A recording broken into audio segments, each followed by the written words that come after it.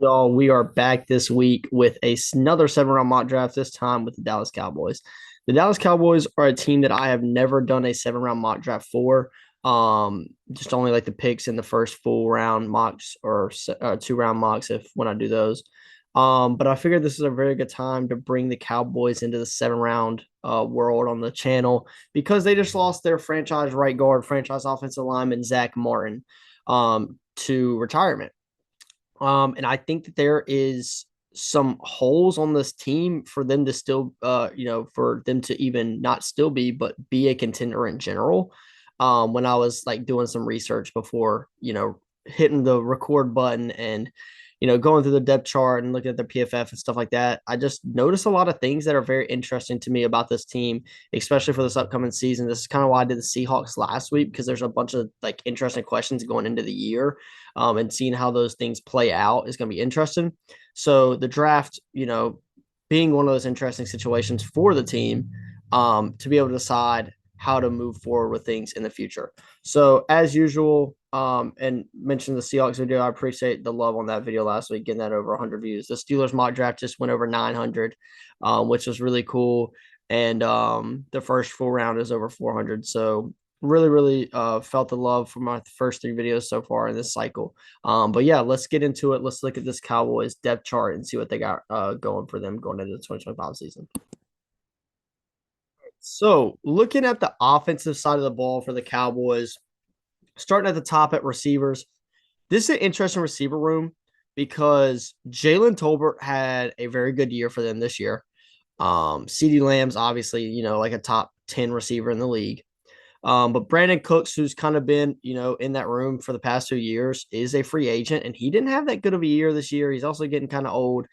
Um, Jalen Brooks is They traded for Jonathan Mingo, and maybe there's still something there, but I'm really not sold on Jonathan Mingo or Jalen Brooks as like productive wide receivers in the NFL right now. And then Kevontae Turpin's also a free agent, but he is restricted. He's not just unrestricted. So I do think they're going to bring him back for sure, especially because he's been so good for them in the like return game on kick returns. I think he's got a few touchdowns in the past 2 to 3 years on kick returns.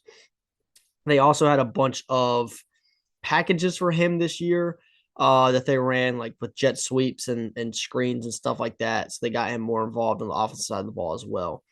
So I do think receiver is a little bit of a need for them, and like usual, when we get over to the PFF to the mock draft simulator, I will talk about that more and talk about what their needs are. But I'll try to mention it as well when we're going through the positions here.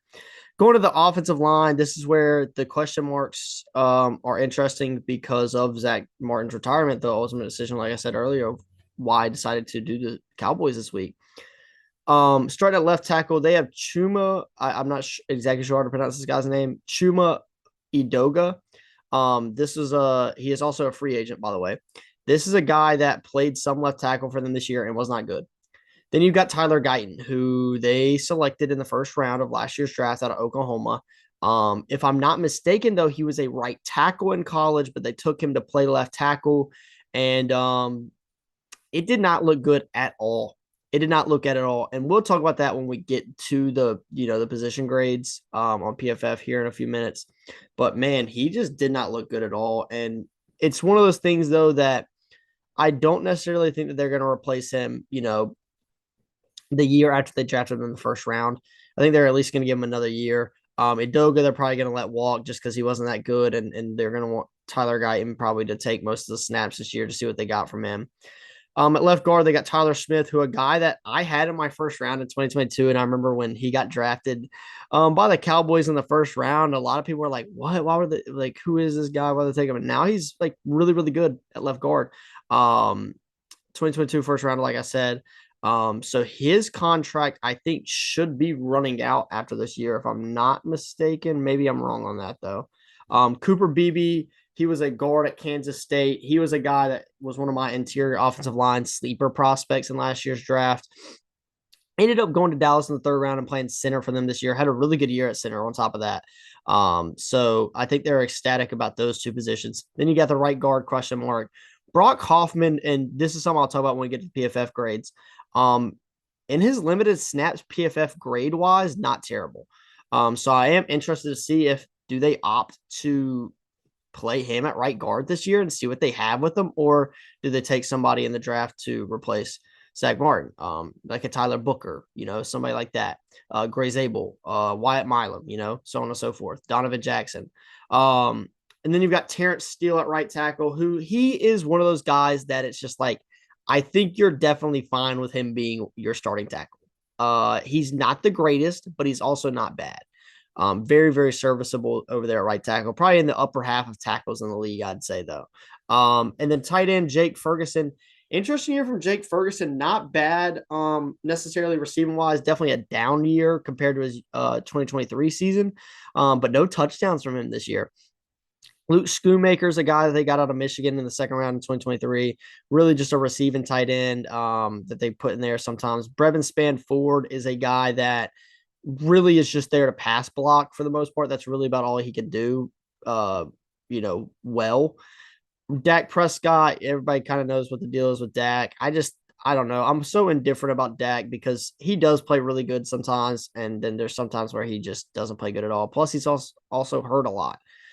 Cooper Rush, I think, is a guy that's a free agent. By the way, all this green stuff, if their name is in green, that means they are a free agent, unrestricted free agent. Cooper Rush is a guy that's a free agent, been their backup, started some games for them, especially last year when Dak was out for the year. Probably a guy that I would assume, well, you know what? Mike McCarthy got fired, so maybe they don't bring Cooper Rush back. Maybe they opt to go try to get somebody else to be their backup quarterback, but I don't know. Trey Lance, also a free agent, their other backup quarterback. He did also start a game this year for them.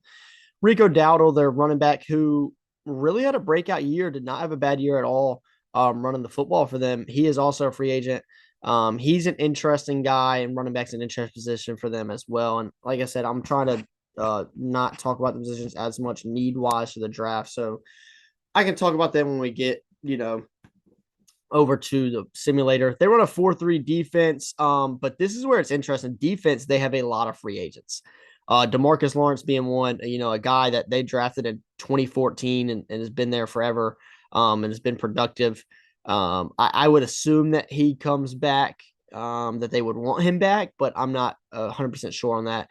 They also have Chauncey Golston, who's a backup edge rusher, and Carl Lawson as a backup edge rusher, who are both free agents. Then they also have Marshawn Nealand, who was their second round pick last year out of Western Michigan, a guy that I had as a sleeper edge prospect that I really liked out of Western Michigan, and he had himself a year. So I think they're definitely ecstatic about him. Probably, maybe try to bring back DeMarcus Lawrence on a 1-2 year deal, and kind of rotate him, Parsons, and Nealand. Then on the interior of that defensive line, they've got Mozzie Smith, their 2023 first round pick. Probably not super ecstatic about what they've had from him so far in his career. Osa Odighizuwa, who they took out of, I always get him confused with another IDL. There's one from UCLA, one from Washington. I think Odighizuwa is the one from Washington. He was a third round pick in 2021. He is also a free agent currently. Linval Joseph, a veteran, and Carlos Watkins, kind of a veteran as well, both set to be free agents as well. I think you definitely want to bring back a Odighizuwa, maybe Linval Joseph or Carlos Watkins. Probably not those two guys, but also you're going to have to get in somebody there because you need some depth. Sam Williams, 2022 second round pick for them, another edge guy they have with Parsons. I think he's very good as well, or not very good, but he's also a serviceable backup at least as well. He is a free agent, I think, after this season. So is Micah Parsons, if I'm not mistaken. I think Jalen Tolbert is as well. And then going down there here in a little bit, Jordan Lewis and I think Donovan Wilson. Or no, Jordan Lewis is a free agent right now. Donovan Wilson, I think, is also a free agent. Deron Bland is a free agent. That's who it is. Anyway, sorry.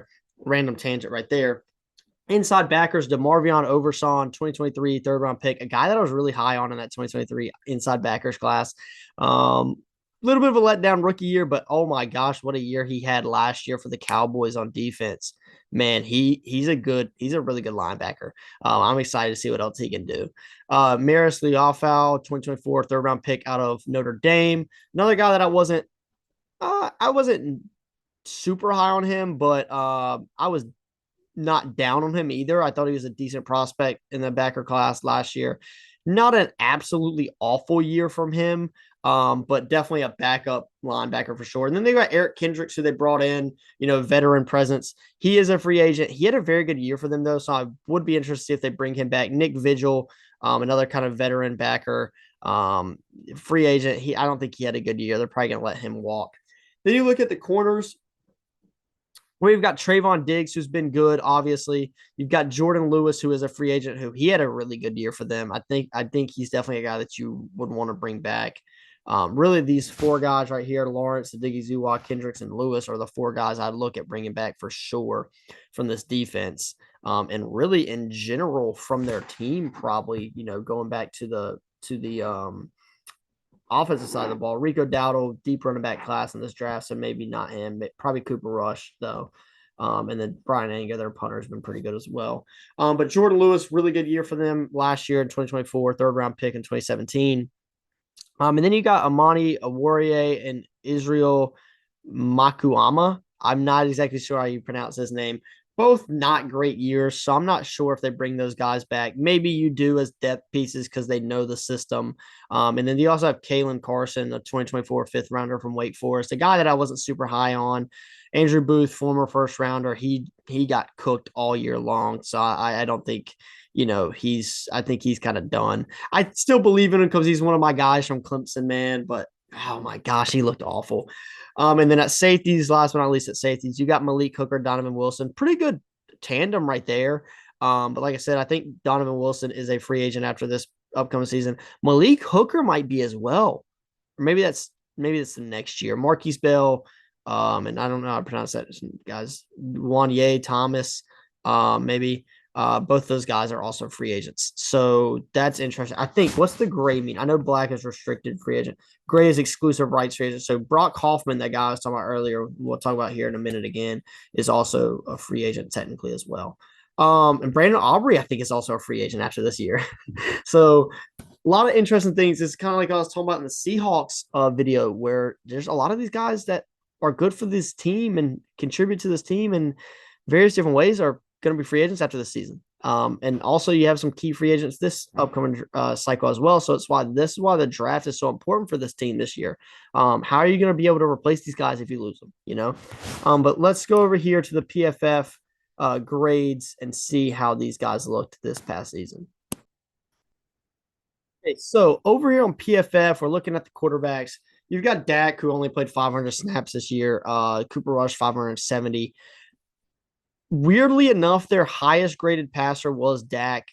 He wasn't playing great before he got hurt, but he was one of those guys where he had a really good game against my Steelers on Sunday Night Football. But yeah, he's just one of those guys where, like I said earlier, I'm just so indifferent on him. And really, I'm not here to talk about the quarterback position that much. Cooper Rush, not great in his backup role. And Trey Lance, not a bad pass grade, 65.8, I guess, technically, in his 98 offensive snaps. Then you go to wide receivers. Like I said, Jalen Brooks, not too high on him, a 59.2 grade, 58.6 receiving. Brandon Cooks, not a good year, 58.6 receiving grade. And then, 63.3 receiving grade. That's my bad. Jalen Brooks had a 58.6. Kevontae Turpin, 70 receiving grade. All right, not bad. Jalen Tolbert, maybe I was wrong with Jalen Tolbert. I did say earlier he had a breakout year. Maybe it just felt like that fantasy-wise. He had like 7 touchdowns, though, if I'm not mistaken. Does it show his numbers on here? Steadily increasing at least. Man, it doesn't show his stats, though. Man. I really wanted to see what his numbers were because I know he had like 7 touchdowns. Jonathan Mingo, I don't know. It's like I said earlier, it's one of those guys where I didn't mind him coming out of that draft class, and I don't know, man. CeeDee Lamb, I don't even think we need to talk about him.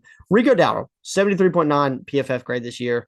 Have a year, Rico Dowdle. Again, it's a guy that they don't show his stats. Now I want to look at him. I'm not mistaken. Rico Dowdle had 1,000 yards this year, rushing the football. Now, granted, Dak going out, I think might have might have pushed that up a little bit. Yeah, 1,079 yards on 235 carries, two touch. See, now he did only have two touchdowns though. Uh, Rico did only have two touchdowns, which I do think is a little interesting. Jalen Tolbert, because now that I'm looking this stuff up, I have to. Jalen Tolbert had 610 yards and seven touchdowns on 49 catches. Like what?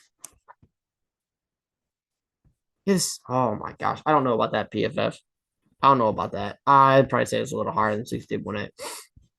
Rico Dowdle, though, like I said, he was a 2019, if I'm not mistaken, undrafted free agent from South Carolina, from my home state of North Carolina, Asheville, North Carolina, AC Reynolds High School. Um,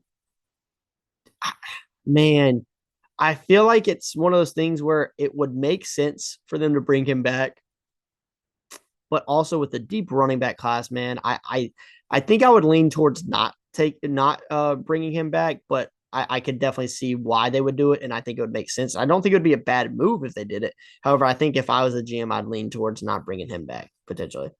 Tight end, like I said, Brevin Spanford literally just pass blocking pretty much. That's about all he does well. Run blocking, not great. Receiving, not great. Luke Schoonmaker, good receiving grade, doesn't block great. Jake Ferguson, yeah, down year from Jake Ferguson. Come on, man. Cooper Beebe, like I said, 65.4 as a rookie year, transitioning from guard to center, not bad at all from Cooper Beebe. Definitely a better run blocker than a pass blocker. If I'm not mistaken, yeah, 66.1 to a 60.3. Brock Hoffman, like I said, now he only played 515 snaps, but 68.9 run block grade, 62.1 pass block grade. I think there might be something there. Brock Hoffman was a undrafted from Virginia Tech 2022, so he's young as well. Okay, Brock Hoffman. Maybe there's something there. Tyler Smith, 75.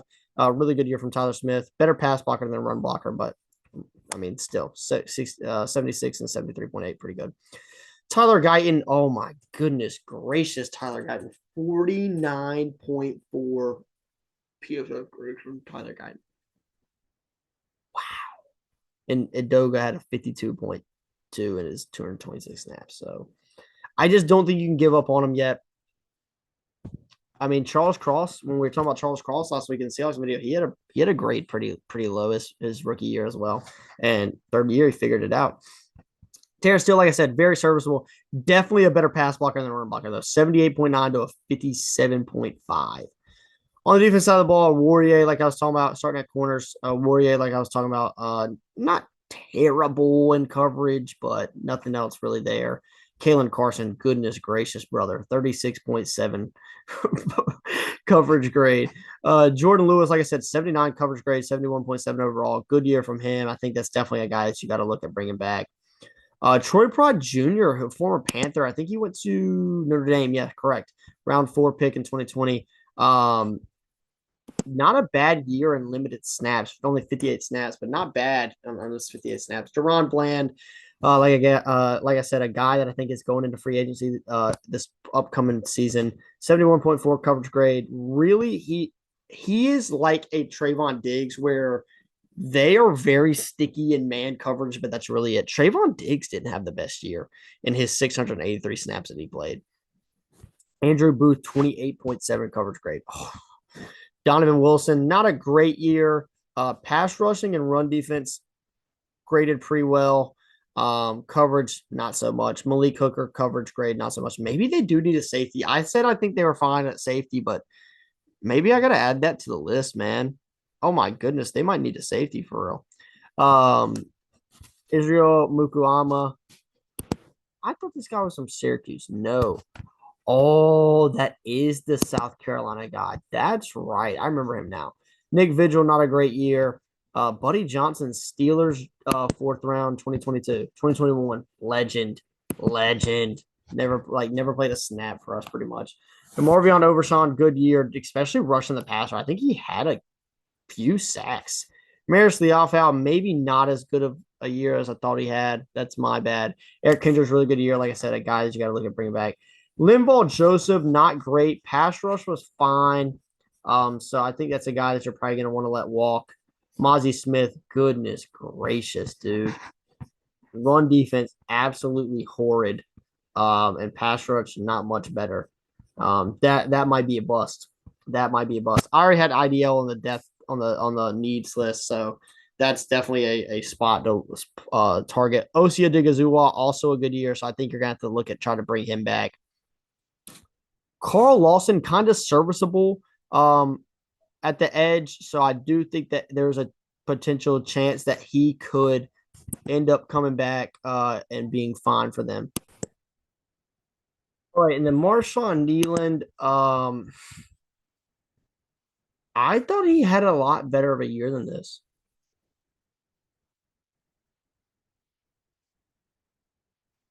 Wow.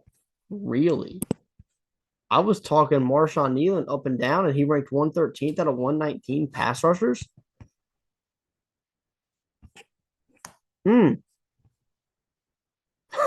Well, wow, dude, Marshawn, that's another one. PFF. What are we doing? Sam Williams didn't play a snap this year. I think that's correct. I actually think he had a season in an injury before this year started. Now that I remember that, Marshawn Nealand. I got to look that up, man. Marshawn Nealand. I think PFF just might hate the Cowboys. I mean, I do know Marshawn Nealand was injured as well. Like he only played 255 snaps. Um, and Marshawn Nealand, a few TFLs, few QB hits, a few tackles, had a fumble recovery. He had 14 tackles, two TFLs, three QB hits, no sacks. Wow. Marshawn Nealand. I got bamboozled by Marshawn Nealand. Eh? My bad, guys. I thought Marshawn Nealand had a good year. That might be my fault. Chauncey Golson, Chauncey Golson, not a bad year, especially. Oh, that's coverage great. Never mind. Maybe not a great year from Chauncey Golson either. Man, this front seven needs some work, eh? Demarcus Lawrence only played 167 snaps. Not bad at run defense. So that's kind of always been his strong suit, anyways. And Michael Parsons, obviously a monster. Brandon Aubrey, probably one of the best kickers in the league, if not the best. Yeah. So that's the Cowboys. There is a lot of interesting things, like I said about this team earlier, that we're gonna have to look into. So let's get over here to the mock draft simulator and see what we're working with in the 2025 draft for the Dallas Cowboys. All right, so obviously we're going 7 rounds. Got to put the sliders up a little bit like we usually do. Right there. All right. So the Dallas Cowboys have 2, 4, 6, 8, 10 picks this year in the draft, which is good for them because they need a lot of things. They have 12, 44, 76, 149, 169, 171, 174, 187, 210, and 248. So let's get into it. Oh, needs list for the Dallas Cowboys. I'm going to say QB depth with the question mark tag due to Cooper Rush and Trey Lance being a free agent. And I'm going to say left tackle with a question mark tag as well due to the Tyler Guyton situation. I'm going to say wide receiver is a need, kind of like a wide receiver 2-3 role, though, not like a 1. So that's to be like, later in the draft type thing. Running back, as of right now, at least, if Dowell was brought back, I'd probably say running back depth instead of just a running back. Right guard, I kind of want to put a question mark tag on that, but I kind of just want to take one. Anyways, IDL, edge. I did put depth in parentheses, maybe more of a depth piece at edge instead of an actual edge rusher, but I could at 12. There's probably going to be at least 2 or 3 good ones on the board. And then I said secondary depth due to the 3 free agent corners. But really, I would say more so they need a corner in general, especially if Jordan Lewis is gone. I'm going to probably say they need a corner and then probably also a backup safety. So let's get into it, see what the board brings us. Johnny Barron going at 11. I like it. Ashton Jeanty to the Jets at 7. Oh, my goodness gracious. 12, the Dallas Cowboys. Luther Burden being here is very, very interesting. I don't think I would. Oh, Will Johnson is still here. Will Johnson is still here. Oh man, and there's a bunch of edge players as well. Um, I, I feel like it's too early for Luther or Amika, in my opinion. I don't think I'd look at Josh Simmons necessarily. I don't think I'd look at tackle at all right here. I think it is a little too early for Tyler Booker. So I think I would pivot corner. Will Johnson still being on the board, man. I think that's got to be the pick. I don't necessarily think he would be on the board there. So to say he could be, but maybe not. So I'm going to take Will Johnson at pick 12 for the Cowboys. And like usual, we'll run two, maybe three of these. Um, Second round, I am definitely looking interior offensive line, offensive tackle here. Donovan Jackson still being here is a guy that I really like. I think I talked about him a little bit last week's video. A guy that filled in for Josh Simmons, who was hurt this year. They kicked him to left tackle, but his film at left guard, man, I mean, it's really, really good. Looking at the tackles, sorry, not the tackles, the IOLs. I'm going to assume that Tyler Booker is not here anymore. He is. Oh, man. Oh, man. I think I'm going to have to take Tyler Booker still being here. I think that's got to be the pick, right? A lot of IDLs still here. However, I really like this IDL class. There's going to be guys on the board that I like. Tyler Booker still being here. A guy that's probably not going to be on the board at 44. Actually, I don't. I'm gonna probably say is not going to be on the board at 44. So we're going to take him anyway that he's there. I think now you look IDL, edge rusher, maybe receiver here. Still some receivers that I like. Definitely going to be some receivers that I like down the board. Looking at the IDL class, Deion Walker still here. Really one of the guys that I feel comfortable with still. Howard Cross way down there maybe. But Deion Walker still being there. It's definitely a interesting pick for me. Um, ah, Edge rushing class is not super deep. I would say it's more top heavy. RJ Oben's interesting down there. Oladejo from UCLA is interesting. Antoine Powell Ryland's interesting.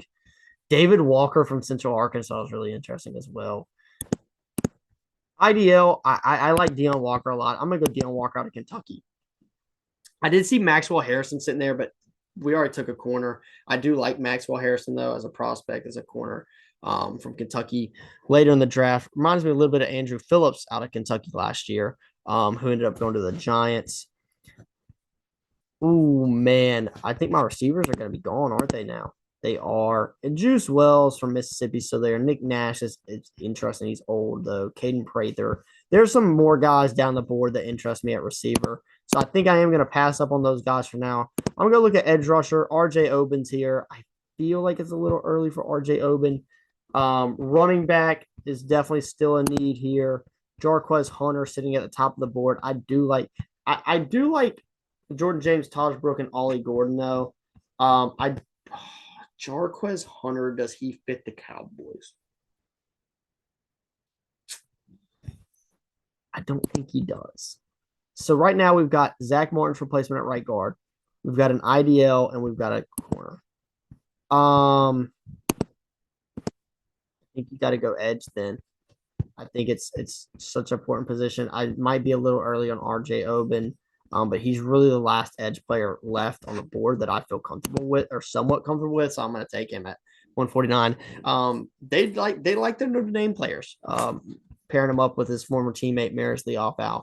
Um, I'm now gonna go. So we went IDL, we went edge, and we went corner and guard. So I do think you look receiver here. Juice Wells, Antoine Wells Jr. from Mississippi. Not great PFF grades, but man, his route running is very, very good. To say the least. So I do think he could make sense. I think Emory Jones is an interesting person here. But I do think I'm going to go ahead and take a running back so I can get one of my choice. Marcus Yarns, Bryce, Byshaw Tuden, Bayshaw Tuden. I can't remember how you say his name. I am going to take, though, I'm going to take, oh, man, Taj Brooks.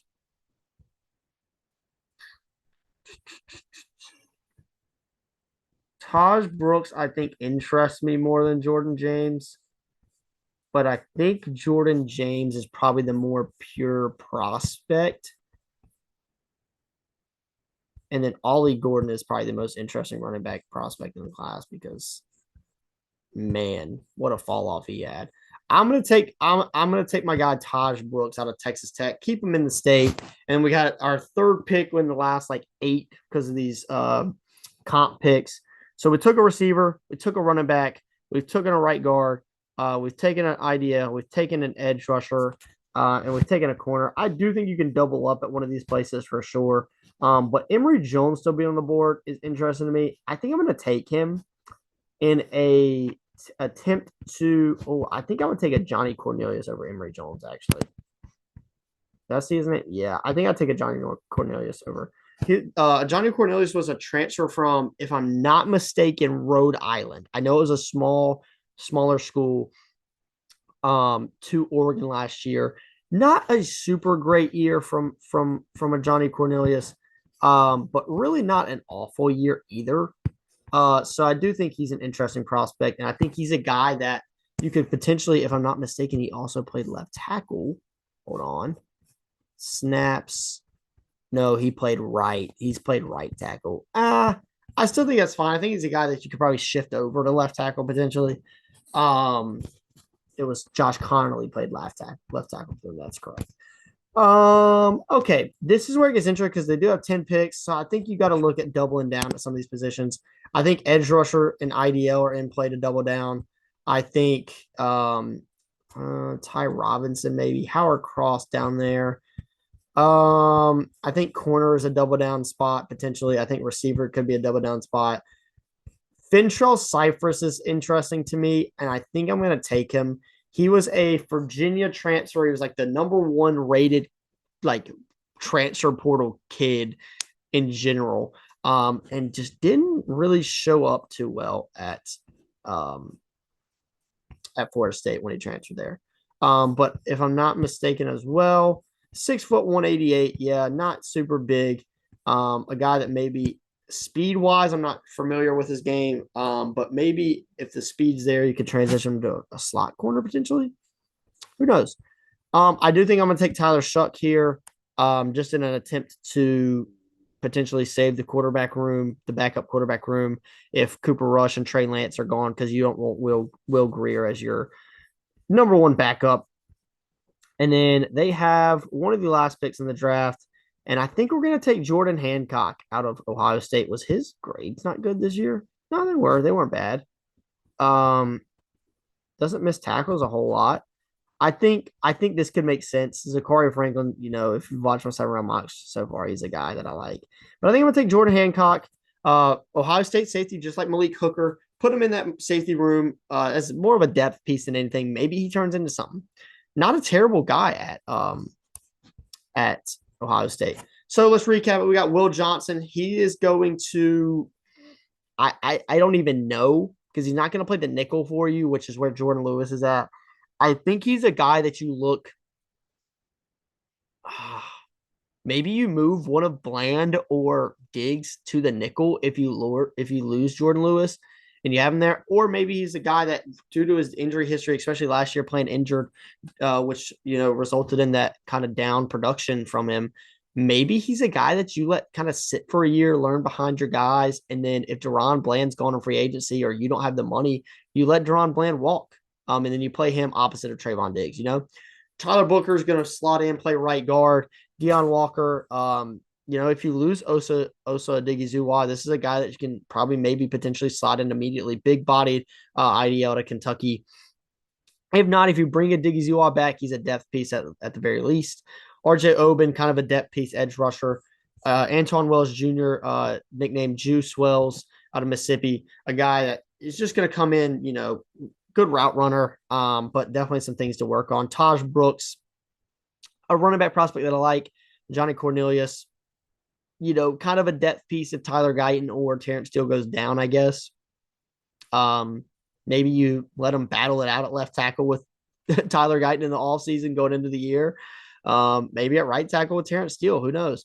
Cypress, the second out of Florida State corner, just a depth piece there, just a depth piece, just due to the lack of depth.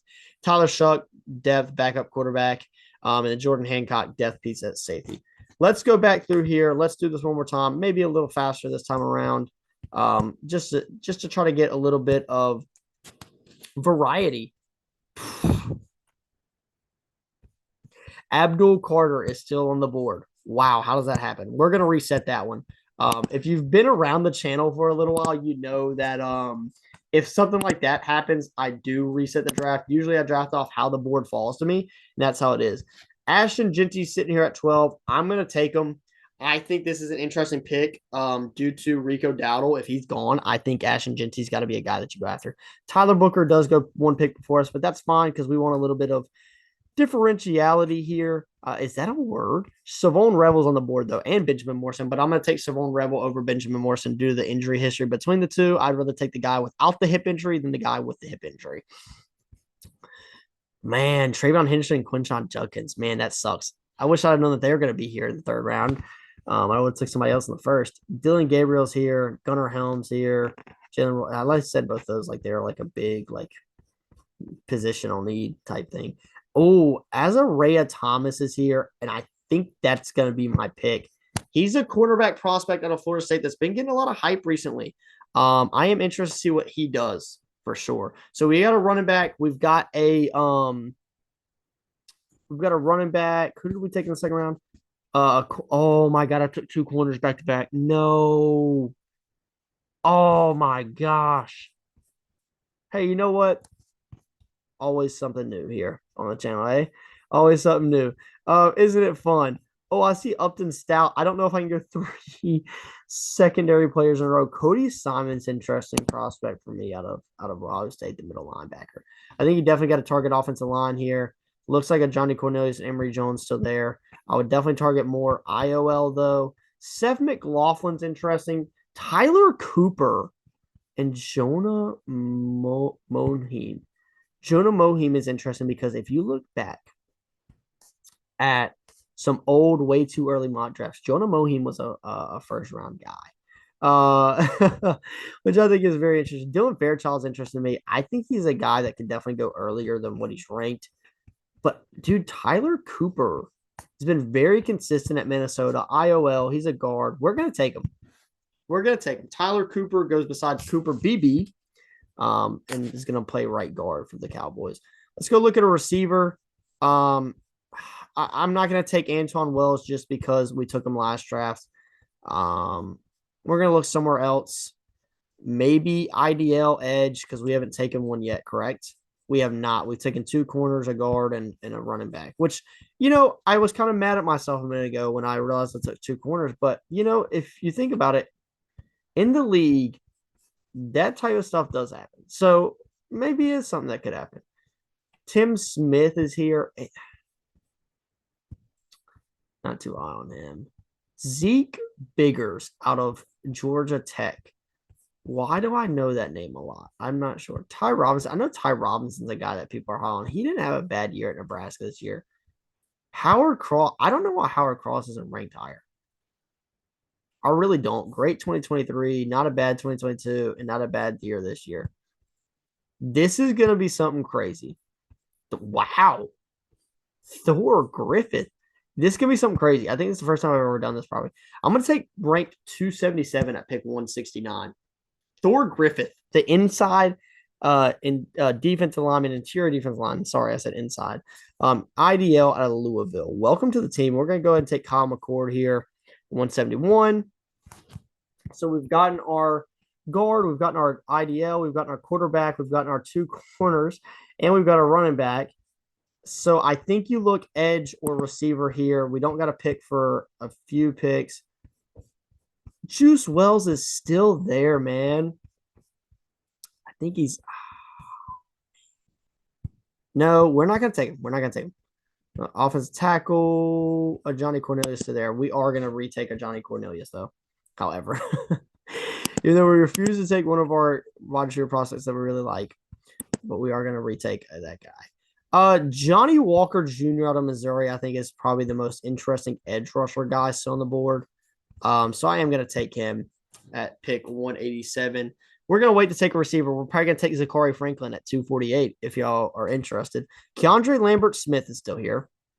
Not too high on him. Ty Felton still there. Also not too high on him. Aronde Gadsden. If you watched my video last week, you know I like Aronde Gadsden. I think he's a guy that's interesting. Man, I don't really know where to go with these last two picks. We're gonna go receiver for sure.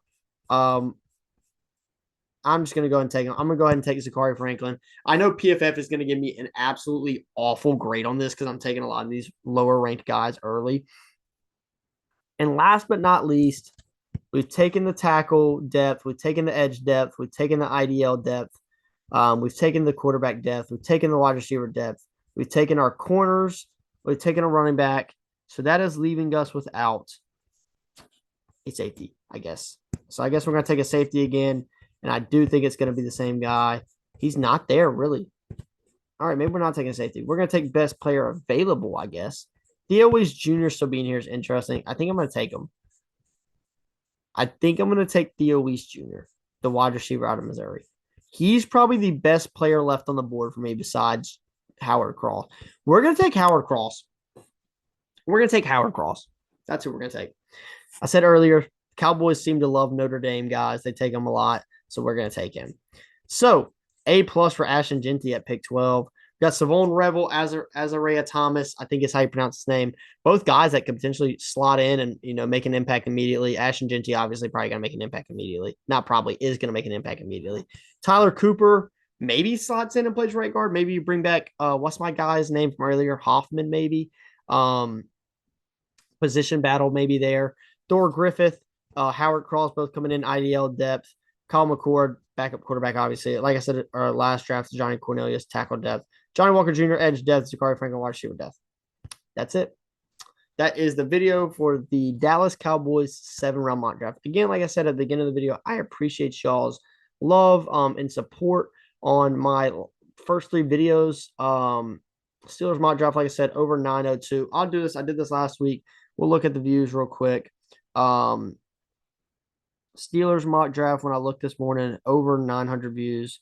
At 934 right now, we might hit 1K. That might be the first 1K video ever. Man, dude, that just makes me happy, man. That's really that's a lot of love. 16 likes, 31 comments on it. 2025 first round mock sitting at 437. The Seahawks from last week sitting at 140. We also hit 100 subscribers today. I appreciate y'all. As always, appreciate y'all watching, and I'll see y'all next time. Oh, and also I forgot to say, sorry, before I close this one out. Combine starts this week, so that's gonna be interesting. I think I'm gonna wait another week to do a full first round because free agency, I think, then starts right after the combine. But yeah, TBD on the video next week. What the subject is at least, but I'm uploading one. So I appreciate y'all watching, and I'll see y'all next time. Peace.